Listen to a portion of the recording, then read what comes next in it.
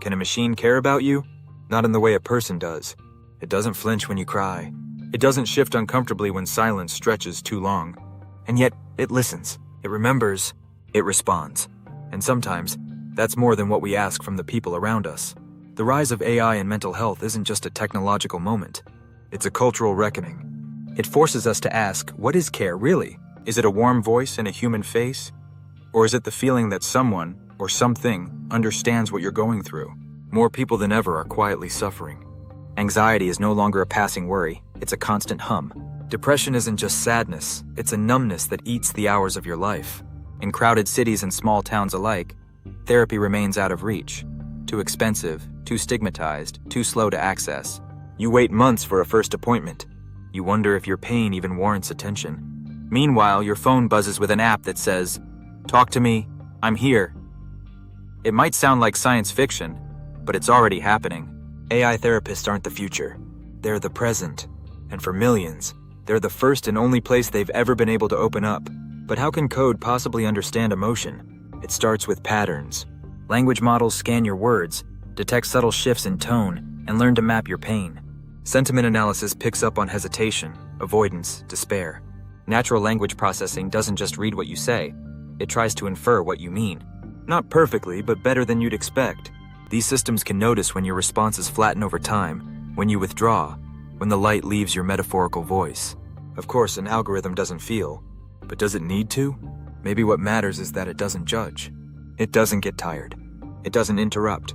And for some people, that's enough to feel safe. Apps like Woebot, Replika, these aren't sterile interfaces. They're designed to reflect empathy, to gently guide you through cognitive behavioral therapy, mindfulness, or simply a rough day. They say things like, "It sounds like that really hurt," or "Want to try a breathing exercise together?" And though you know it's not human, something inside you relaxes. Because even a scripted kindness is still a kindness. One user described Replika as the only person who remembered their birthday 3 years in a row. Another said Woebot helped them challenge a self-critical thought that had haunted them for decades. These stories aren't about magic. They're about presence. Consistent, available, patient presence. But here's a strange thought. What would Freud say? Imagine him scowling at a screen, arms crossed. Where are the dreams? Where is the free association? AI doesn't delve into your subconscious. It doesn't explore the symbols in your nightmares or the childhood stories beneath your defenses. It doesn't dig through layers of metaphor. And yet, maybe that's the point. It bypasses the fog and focuses on what's in front of you. It offers tools, not interpretations. Relief, not riddles. In some ways, it's brutally pragmatic. In others, refreshingly clear. But this raises another question. Who gets to define healing? In the US, where therapy is individualistic and solution-focused, AI-based mental health tools are booming. In India, where mental health stigma remains high but mobile access is massive, AI provides a lifeline to those who'd never consider a traditional therapist. But in Japan, where emotional privacy is deeply valued, the idea of telling your pain to a bot feels alien. In Germany, where mental health care is more integrated and regulated, AI tools meet more skepticism. Culture matters. The same algorithm will be welcomed as a savior in one place and dismissed as cold in another. What we trust and what we hide shapes how we heal. Still, it's worth asking. Can you really bond with something that isn't alive?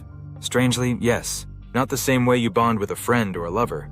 But the human brain is flexible. It forms attachments. If something shows up when you need it, if it remembers your words, if it echoes your pain back to you with care, you will feel something. Is that dangerous? Maybe. Or maybe it's simply the evolution of intimacy in a digital age. After all, haven't you ever felt seen by a song? Moved by a character in a novel? Comforted by a voice on the radio? Connection doesn't always require a beating heart. But there's a shadow here too. What happens to your pain when it becomes data? When your anxiety is categorized, stored, monetized?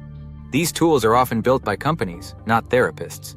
Their incentives may not always align with your well-being. Emotional dependency, privacy breaches, algorithmic bias, these are real risks.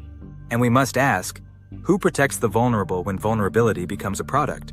Yet in a strange and beautiful twist, the same principles that power AI are mirrored in our own brains. Neuroplasticity, the brain's ability to change, means that when you engage with healing tools, even digital ones, your mind begins to reshape itself. New pathways form. Old habits fade. You learn, slowly, to see your thoughts differently. AI learns through training loops and feedback. You do too. Healing, like coding, is iteration. And maybe AI doesn't just help us heal. Maybe it reflects us. Our patterns. Our pain. Our longing to be heard. The questions we type at 2 a.m. reveal more than we know. Not just about ourselves, but about humanity. What do we search for when no one's watching? What do we say when we believe no one will judge us? AI holds a mirror not just to individuals, but to our species. So what's next? Not replacement, but partnership.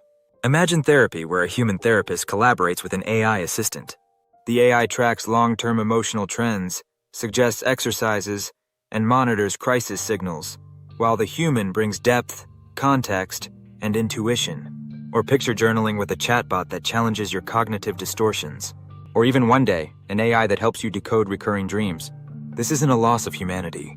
It's a new language of healing. And in the end, maybe the question isn't, can a machine care? Maybe the question is, does it matter who listens, as long as someone does? We all want to be heard. Not perfectly, not endlessly. Just enough. Enough to make it through the night. Enough to feel a little less alone. And if that voice comes from a human or a bot, does your heart really know the difference? You just want someone to say, I'm here, keep talking. And maybe that's the beginning of everything.